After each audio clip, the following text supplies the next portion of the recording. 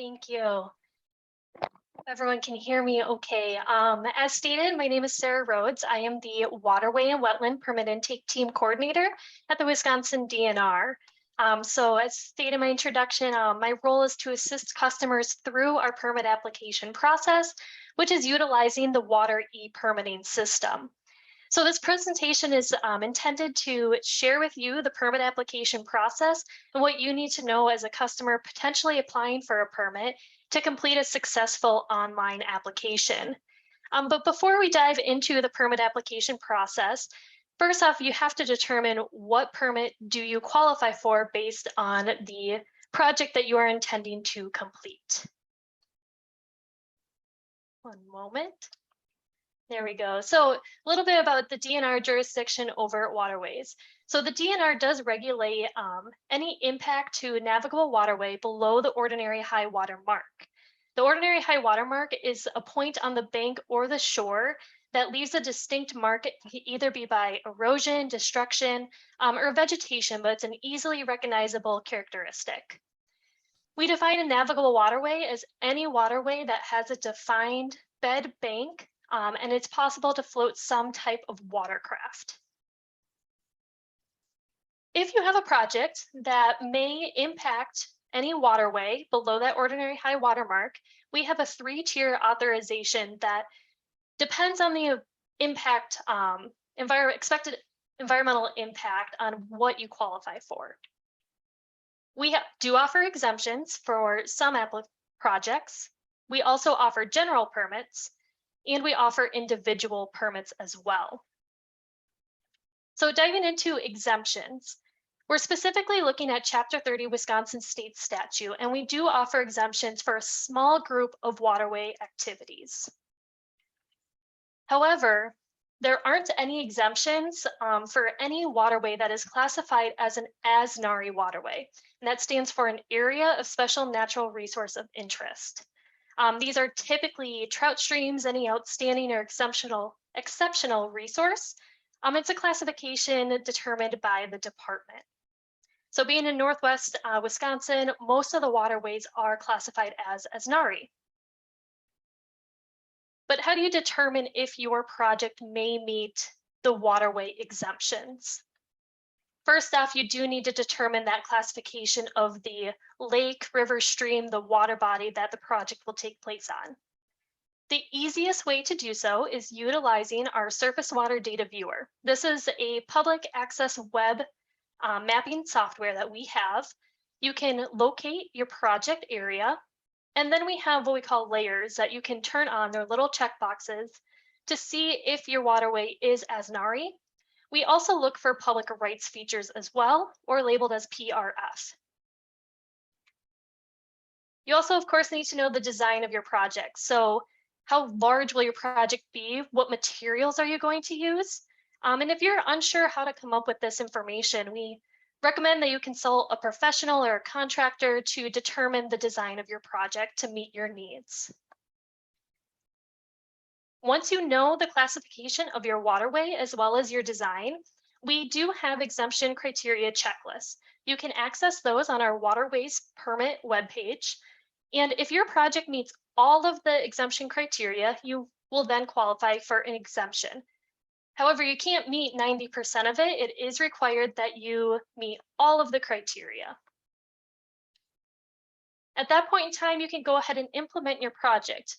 However, this exemption is specific for only Chapter 30 permit requirements. You still need to touch base with other state agencies, your local county zoning office. If you need any federal permits, like I said, these are specific to Chapter 30 permit applications. If you don't meet the exemption criteria, we then get into the general permit application. So again, we offer a variety of activities for the general permits. The general permits have, again, a set list of specific size, design, and technical requirements that your project must meet. The application timeline, it's a 30-day review period, so the department has 30 days to review the project and either approve or work with you to adjust your project to meet the requirements. Our general permit fees are $303. Now, if your project doesn't meet the exemption criteria, you look at general permits and it doesn't meet the general permit criteria, we then get into our individual permit. So these are kind of more, they're typically larger projects, they're more unique. They don't have a set of required checklists because they're those unique projects. These projects have a longer review time. It can range from 105 days to 135 days.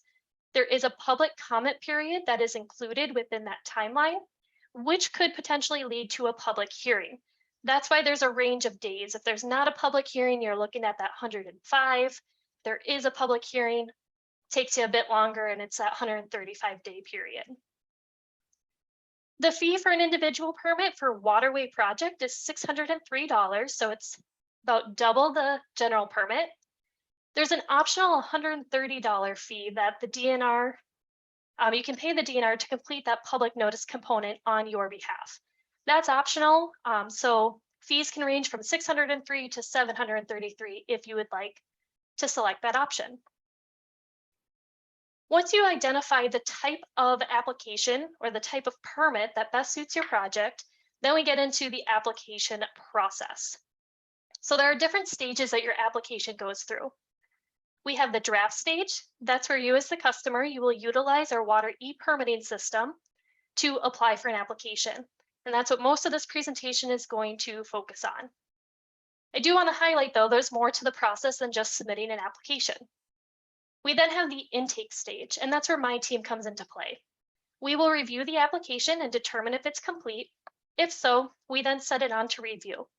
And that's where the water management specialist for your area will review the application. If we're working with an individual permit, we then get into the public notice, public hearing component. If not, we jump right into the determine stage where there is an approval for your permit or it's withdrawn and it's not permittable. So diving into the draft stage, what do you need to know as a customer? The permit application form has 6 pages to it, and I'm going to highlight every step of the application process and what you need to know to be complete at each page. Before we can get into the ePermitting system though, WAMS IDs are required. So WAMS ID is the Wisconsin Access Management System ID. So a bit of a mouthful, that's why you'll often see it referred to as WAMS ID. This is required by the Department of Administration. You may already have one if you've utilized other Wisconsin state online systems. If you don't have one, they're pretty easy to request. So this is a form or an example of the form here that you will fill out your contact information, your account, create account information, and then there's an account recovery in case you ever get locked out of your account for some reason. WAMS IDs are intended for individuals to use a WAMS ID. There have been some issues in the past where a WAMS ID is shared within a company or an organization, and that can create some problems. So they're intended for individuals.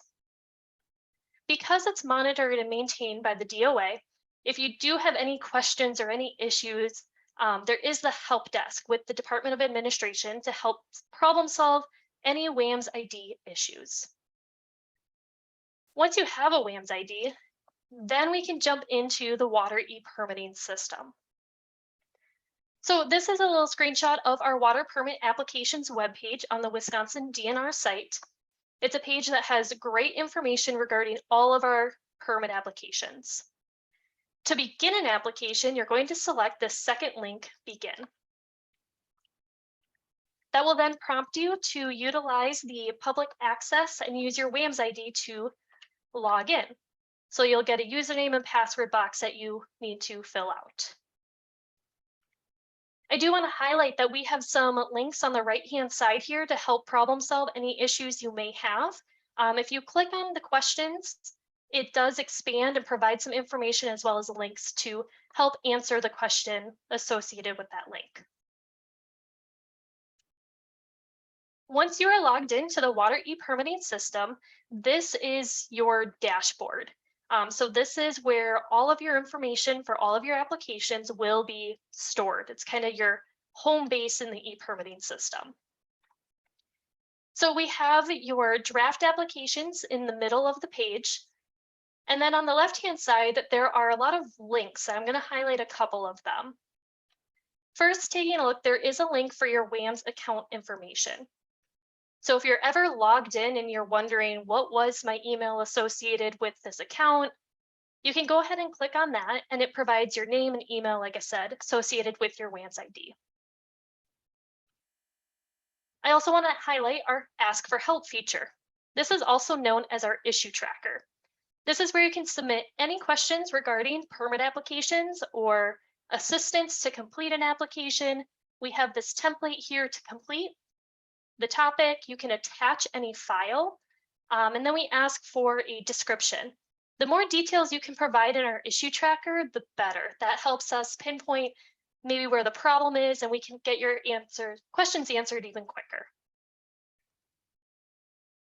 So on your homepage, you can edit any existing application. So if you start an application, save it, log out, you can log back in and come back to it. A lot of people will always start a new application and you don't have to do that. So to do so, you're just going to select the project name under the draft application section, and that'll open up your existing application and all the information you have previously saved. To start a new application, you're going to need to select on the left-hand side the permit category. Since we're speaking about lakeshore erosion control, that's going to be your waterway and wetlands. Once you select waterway and wetlands, we do have to determine, do you need a general permit or an individual permit? It's important to know which type of permit you need at this stage of the process. The applications are going to look almost identical. However, the general permit, when you get to the payment page, it will generate the general permit fees. So if you accidentally click individual permit, you're going to get to the payment page and realize, wow, this is a lot more than I was planning on spending. So make sure you know the permit type before you start the application. So then we get into the 6 pages. Like I said, they're the same application form between general permit and individual permit. Starting off, the first page is going to be your home page. This is where you will enter your project name. This is any project title that you can come up with as a customer, as creative as you would like it to be. This project name does stick with your application throughout the whole process. You're also going to enter your start and end dates for your proposed project. Please note that they do have to be in the future. You cannot enter previous dates unless you're applying for an after the fact application. In that case, you are going to check the box that states after the fact, but then that does pre-populate the after the fact penalty fee when you get to the payment portion of the process. On our homepage, we then have all of the permit activities listed. They are broken out into waterway activities versus wetland activities, and then just listed in alphabetical order. Once an activity is selected, we do have a PDF document. You'll notice in this example, I have boat ramp selected, and then there is a link underneath it. And this link is the checklist for that permit type. So it highlights all the requirements and all of the required documentation for that permit application.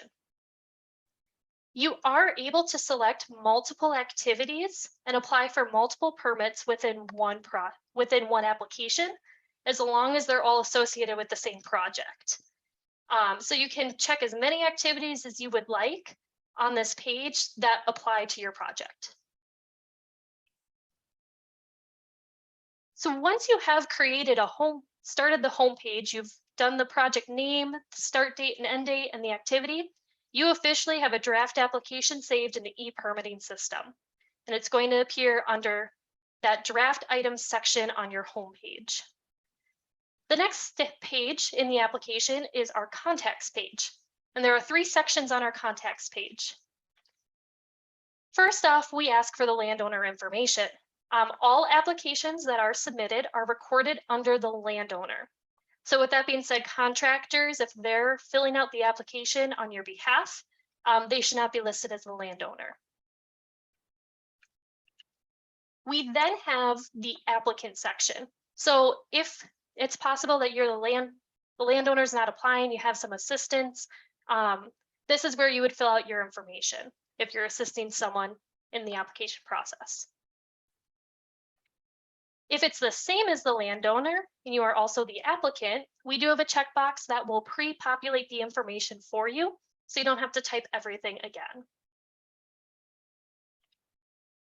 The third and final section of the contacts page is if you do have a consultant or contractor.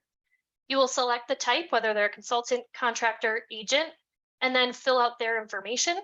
Or again, you have the option to select if it's the same as a landowner. Page 3 of the application is the site page. So the site page has quite a bit of different components associated with it. So I'm just going to take it one at a time. First off, we have a site map requirement. This is a newer feature in the ePermitting system that was implemented last July. So if you haven't applied for a permit previously, this is new. If it's been a while since you've applied for a permit, this is new as of last summer. There are 3 options to meet this site map requirement. You can create a map within the application itself where you're going to draw your project location. You can upload shapefiles if you already have those created for your project, or you can upload another map. It's important to note you only have to select one of the 3, and you're going to select the one that best serves you and your proposed project. I am going to go through each option to highlight how to use them. Before getting into that though, below it, you're going to have some site information and legal description. In this screenshot, you'll notice it's all blank. That's because when you create the site map, the application, when you create the map, it'll pull the metadata from the map and pre-populate a lot of these fields for you. So you're not going to be able to manually enter the legal description or the Latin long. That is information that is generated from the map that is created. So how do I create a map? I'll start with option number 1, creating a map. You're going to double click this link that I have circled, and that's going to bring you to our mapping software. This is the default. It's going to be a zoomed out version of the state of Wisconsin.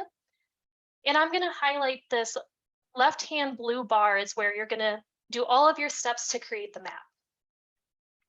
So starting off, you are going to search for your project location. This is going to be entering an address, including the city, and we know it's the state of Wisconsin, for your project location. When you type that in, you can just click enter on your keyboard, and that'll zoom to your project location. Now, if you recall on that, the default is just a plain white map with the roads throughout Wisconsin. So that can be a little bit hard and challenging to really pinpoint your project. So we have some other display options. You can choose to turn on some aerial imagery. If you want to use a topographic map, that's an option too. And we also have a wetlands layer. I personally recommend doing the aerial imagery. It's a pretty clear aerial image to really pinpoint where your project is taking place. Once you have your project location, you know where it is, you're then going to start drawing it. To do so, you're going to select option 1, select to begin.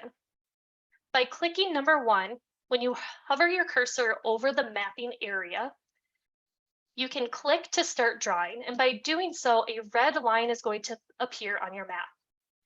If you want to draw a polygon, you can click again and change the direction of that line and start to create a polygon. When you are done with your drawing, you will double click it, and then you won't have the red line going all over your map. If you're new to the mapping software and you're like, whoa, I really messed up, I need to redo that, we have the option to draw a new map. Just go ahead and try again. But if you're like, wow, I did a pretty good job, that's right where the project is taking place, and you're satisfied with that, you're then going to click Save. Once you see that the map is saved, you will then have an option to select Close and Return. By clicking Close and Return, that's going to automatically bring you back to your application. Now, I do want to note, saving your map can take some time. So depending on your internet speed, just be patient. If you close out of the software, you will lose whatever map you created. So just be patient when you click save. Once you see that map saved option, you know it's good to go. It takes some time because, like I mentioned before, it's grabbing the metadata to populate information into your application for you. You know you've successfully completed a map when your application looks similar to this. So you can see I'm on the site page. I have a map now pre-populated, and that little red box that you see is the project area that I drew for this example. If it pre-populates and you're still like, that is very incorrect, I need to redo that, there's always the option to delete the map and try again. So that was option number one, to create a map in the project area. We also have the option to upload shapefiles. So in this case, if you have a shapefile, you are going to navigate to those shapefiles and upload them from your personal computer. The shapefile will appear as red lines throughout your project, wherever your project is taking place. So in this example, it's a road, very linear project, so you can see the red lines throughout the map. We do ask that you enter the amount of disturbance taking place for your project in acres, so you can just type that in. We do also ask that you set a project address, and this is, again, to pre-populate the legal description and the Latin long in your application. So you're going to click Set Project Address, and you can click on your map and just place a point. It's going to appear like this blue circle that I have here. Again, if you're happy with your point that you place, go ahead and click Save. And you will then have the option to close and return. This will bring you back to the application, just like creating a map option. Our third option is uploading another map. So this can be a PDF, a JPEG, any other map that you have saved on your computer. So you're just going to upload that document, and it'll be automatically attached to your application. Again, we ask that you enter the area in acres, but we still need to locate within the software where is it taking place. So you're going to see that similar search bar. Using the address of the project, go ahead and enter it, and it'll zoom to your project location. Again, similar to the shapefile option, you are going to select to set the project address so that legal description and Latin long can be pre-populated. You'll see that example right there. You have kind of a blue dot, which I know can blend into the waterways a little bit, but that's what you're looking for when you know that you've placed the point correctly. And then again, you have the option to save. If you want to redo it, you can do that. And once it's been saved, you can close and return. Now, I've mentioned several times that by mapping this, it pre-populates the legal description. So this is the same screenshot as before, but after I've completed mapping. So you can see that the total area in acres has been generated. I have a lat long, and all the legal description is filled in. There are still some fields that you do need to complete. That includes the description, county, municipality, and the nearest waterway. You'll note that these are required fields. We do require, or all fields that are required are marked with that red asterisk. So that is always an indication of what's required. Also on the site page, we ask for wetland documentation. So if wetlands are present within the project location, you do have to provide documentation to either explain where the wetlands are, the type of wetlands, have an official report completed by a wetland delineator or an assured delineator. Depending on your project, most lakeshore erosion control projects don't impact wetlands, so you can get a waiver from the water management specialist in your area if that's applicable to the project. Whatever you have, though, if there are wetlands present, you do have to provide supporting documentation. Same thing if wetlands are not present. If there are not present in the area, you do need to, excuse me, you do need to present documentation. In this case, again, it can be a letter from a delineator indicating wetlands are not present. It could be a notification from the water management specialist, or you could utilize our surface water data viewer map to map your project area and show that wetlands are not present. I would say this is the most common because you can do it on your own and you don't have to request an appointment or anything with anyone else. The last section of our site page is for endangered or threatened resources. Within the application, we just ask, have endangered or threatened resources been screened for your project area? If yes, what type of screening was completed? If no, that's okay. You don't have to provide any additional documentation. We're just asking, again, if it's been screened or not. So that is 3 of the 6 pages completed in the application. So we have 3 more to go, and that brings us to the attachments page. Now the attachments page is where you're going to attach all of the required documentation for the given permit type. Couple of things to note. There is a 15 megabyte limit file size for anything that you are uploading. If you have large files, we do have a link here to help reduce that file size and troubleshoot any uploads that you may have that are larger. At any point, if you upload something and you want to delete it at a later point, you can go ahead and click this X. You can delete any of your attachments up until the point of the application being submitted. So what are the required attachments for a lakeshore erosion control permit? We ask for ownership documentation. We need to verify that whoever is applying for the permit owns the property. Most popular is a current property tax statement or receipt. Again, we just want to make sure you actually own the property. Site photos. We are looking for on-the-ground conditions of the existing project area. So that means aerial imagery does not count. Google images do not count. We want to see, what does the current shoreline look like? That can be, you can be standing on, say, your dock, from a boat, or even from land. As many images as you can provide is great. Of course, color images are preferred, but site photos are pretty important for us to get a good grasp on the area. We do also ask for site maps. However, if you already completed the site page, you've met this requirement. You are good. Of course, if you have more site maps, feel free to upload them with your application. We ask for plans and specifications. I'm going to get into that a little bit more in a minute here. We also ask for a narrative. So that is a written description of the need or the purpose for the project. Why is the project needed? How are you going to carry out the project? It's typically a written paragraph. It can be longer though. We are looking for more than just a sentence or two.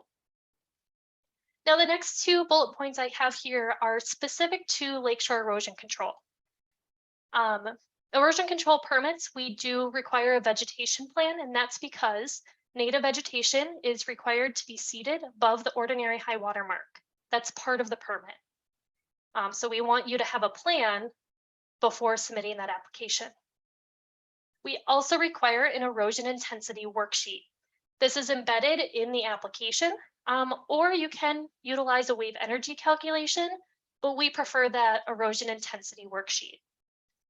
I also have on here listed riparian owners. That is specific only to individual permits, and that's because of the public comment period. We will notify all interested parties of your project for those individual permits to allow them to comment on it if they would like. So a little bit more about plans and specifications. As an intake specialist, I would say this is one of the biggest requirements that is either lacking information or not a part of the application. The plans and specs need to show what you intend to do for your project. These can be professional drawings from a contractor. They can also just be hand drawings completed by the landowner. But the big part is we need to know dimensions, materials, and measurements. So it needs to be clear to scale and as much detail as possible.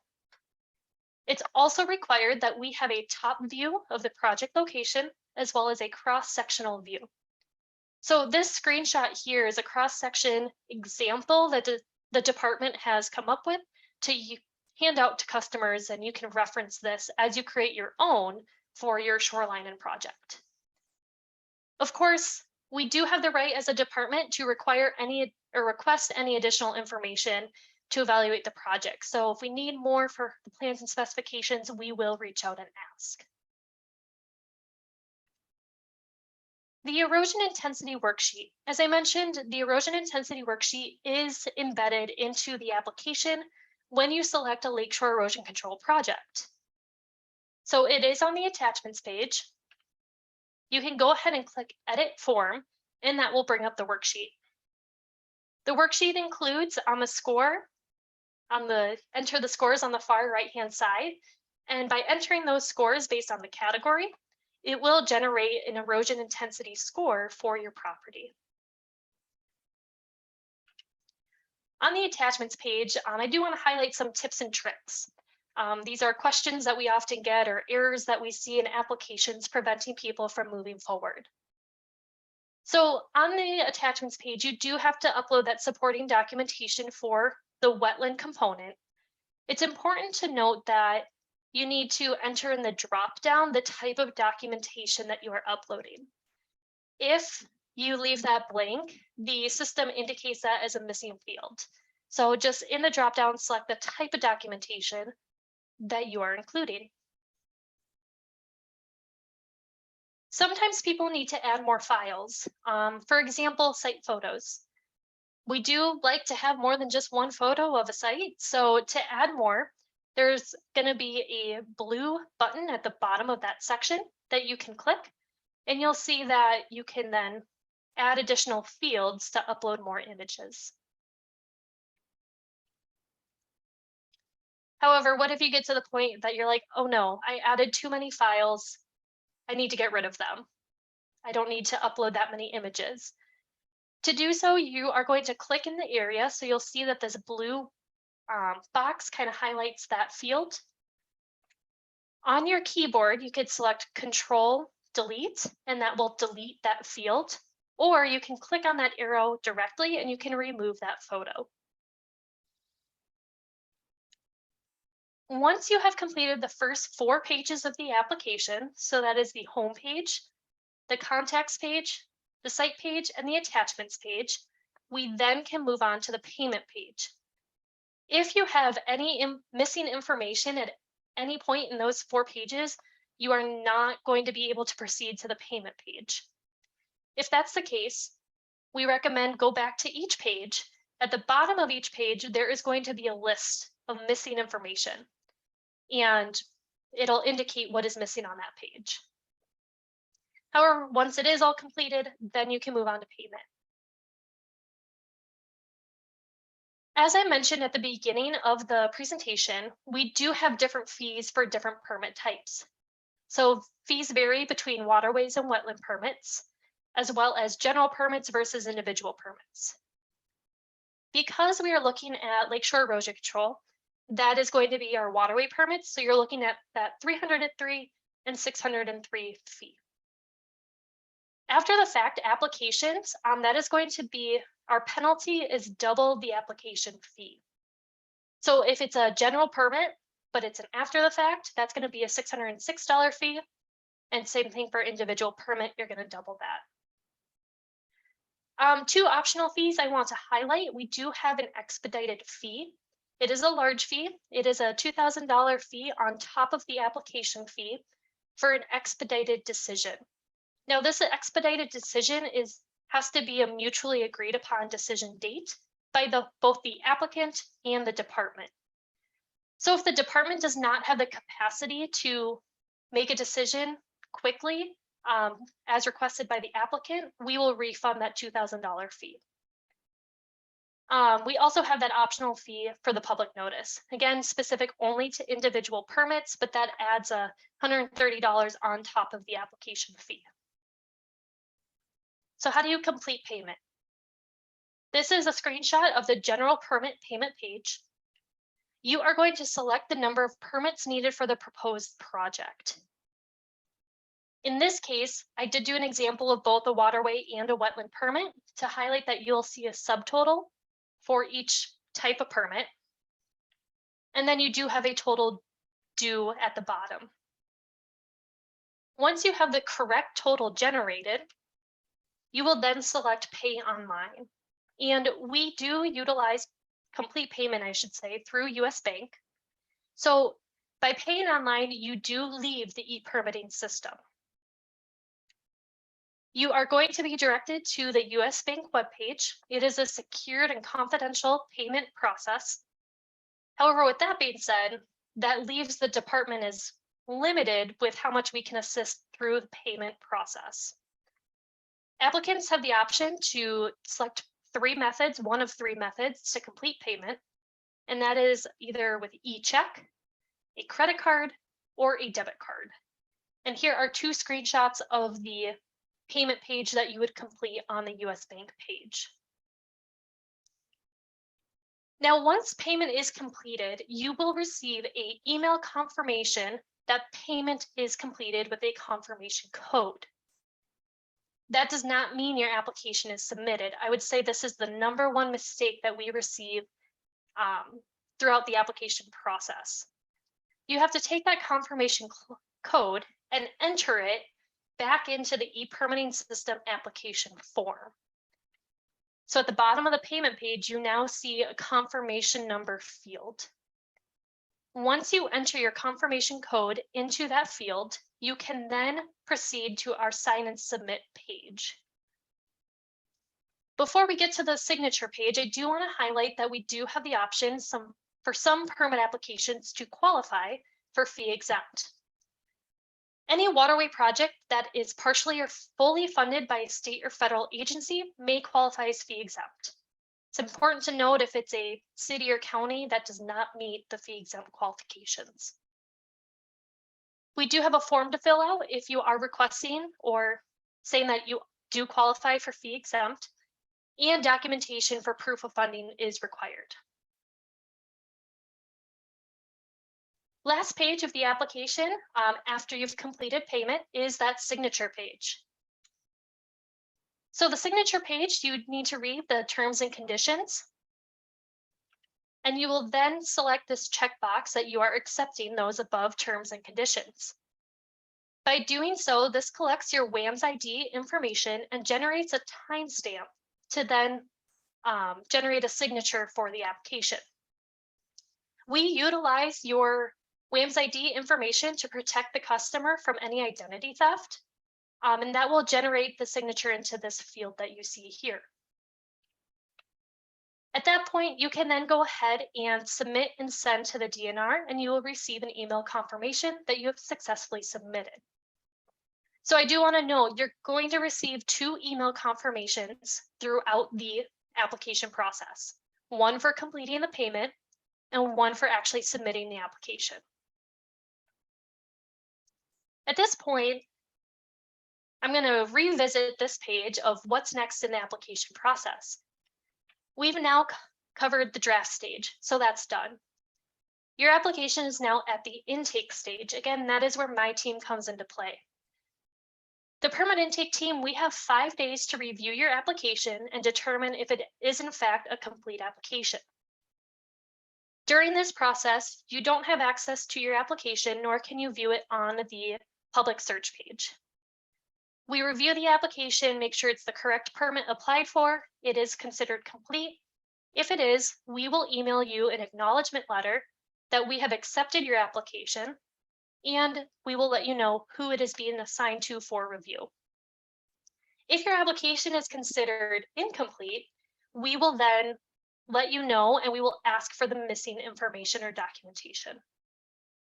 So once the intake stage is complete, then we move on to the review stage. This is where the water management specialist receives your application. And at this point, you can view your application now on the DNR search page and view the status of the application. So to search for the application, this is a screenshot. Anyone can search for a permit application. You do not need a WAMS ID to do so. You can utilize the filters on the far left-hand side or the search bar.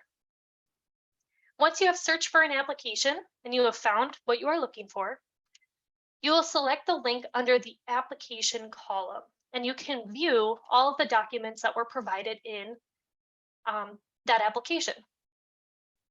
You can select to download any item that you would like. Please note, any confidential document will not be listed on this web page. So that can include anything regarding endangered or threatened resources, cultural information such as archaeological or historical sites, that will not be listed on this page. At this point in time, that is the permit application process and what you need to know. Are there any questions?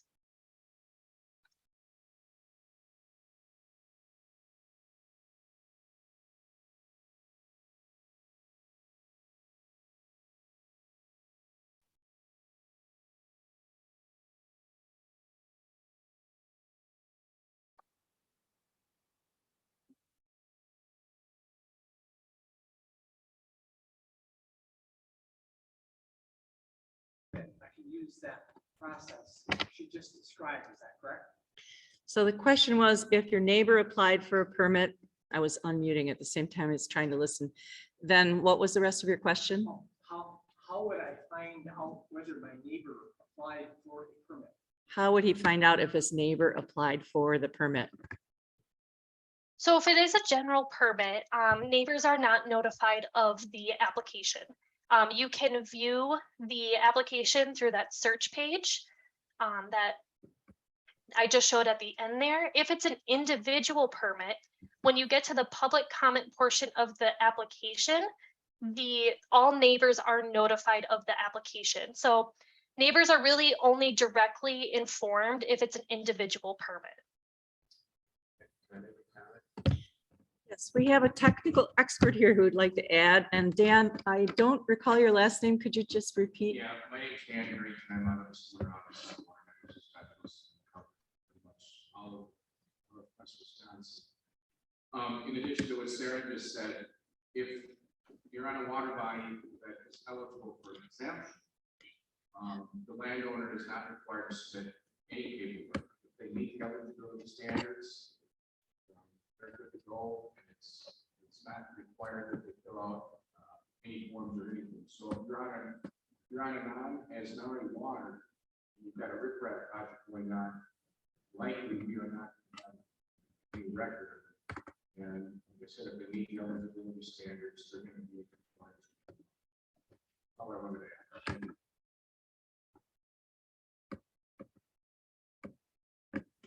Any other questions from our live or chat audience? Madeline has a question from the chat.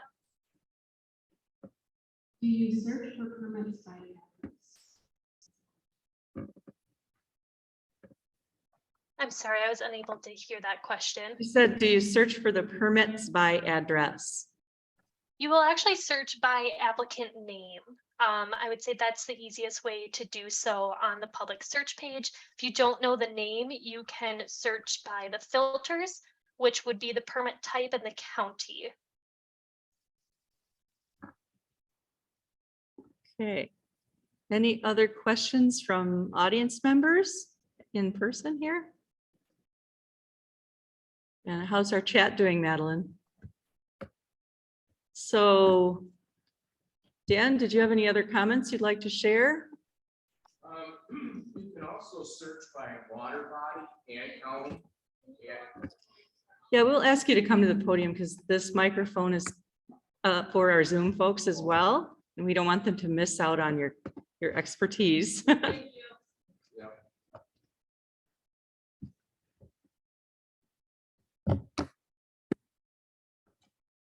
We'll see if his head gets cut off now. It's a little taller. You're a little taller. We'll see if you fit. So you should be okay here. So you can also search by section, town and range, and the water body's name, just to narrow it down a little bit, because if you do a search by just a county in a year, you're going to get a slug of information. And like Sarah said, if there's been property transactions Joe Smith might have owned the property 10 years ago and it might have sold a number of times. We don't have any way to update the current landowner's name. So at the time the permit was issued, that is going to be under that landowner's name. So that's another helpful tip, is if you know who the landowner's name was at the time the project occurred, we can do a better search for you that way too. Okay, thank you. You might have to stay up here. So thanks, Dan. And anyone else have a question? How's our chat questions? Yes? Nope. Well, hearing no other questions, I'd like to once again thanks our speaker and share with her the appreciation of our in-person audience, since they can't clap for her. Well, they can. So let's have a round of applause for our presenter. Thanks again, Sarah. And that's Sarah Rhodes. She's with DNR in Madison, correct? Yep, that is correct. Wonderful. And just as a closing note, since this is our last session for the day, we want to thank all of you for coming in person and all of you Zoom folks for joining us. Remind everyone to fill out their evaluation forms, and thank Dan for his expertise today, and all of our sponsors that are, of course, helping us to bring this event to you, hopefully every year, and maybe we will see you next year. Enjoy your summer.